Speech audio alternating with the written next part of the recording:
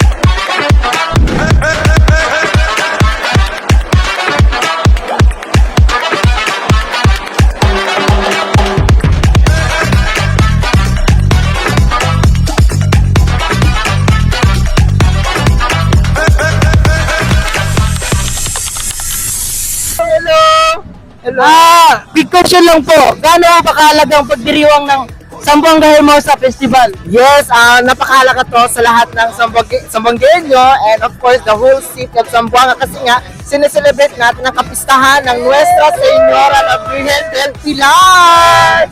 Yeah, let's go! Let's party! And of course, huwag kalimutan mo mag-attend sa mga novena mass at pang-celebrate sa ating Nuestra Señora la Virgen del Pilar. And today is the opening salvo! Gaano po kahalagang pagdiriwang ng Zamboanga Hermosa, ma'am? 1 week ang celebration ng Zamboanga Hermosa Festival. Ano It's masasabi? the big event in Zamboanga City. Love you! Zamboanga Hermosa Festival.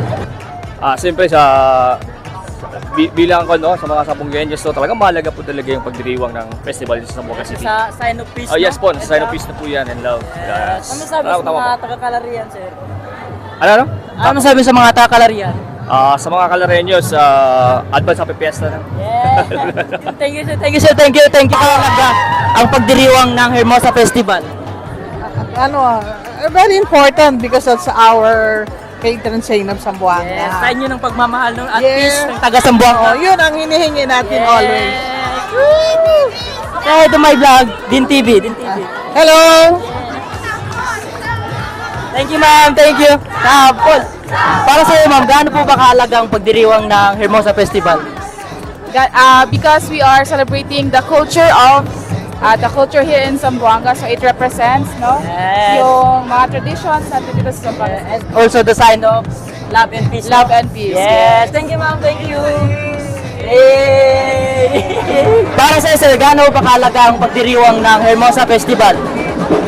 Heritage na ito ng Zamboanga City actually year by year sa festival natin sa Festival Hermosa October 12.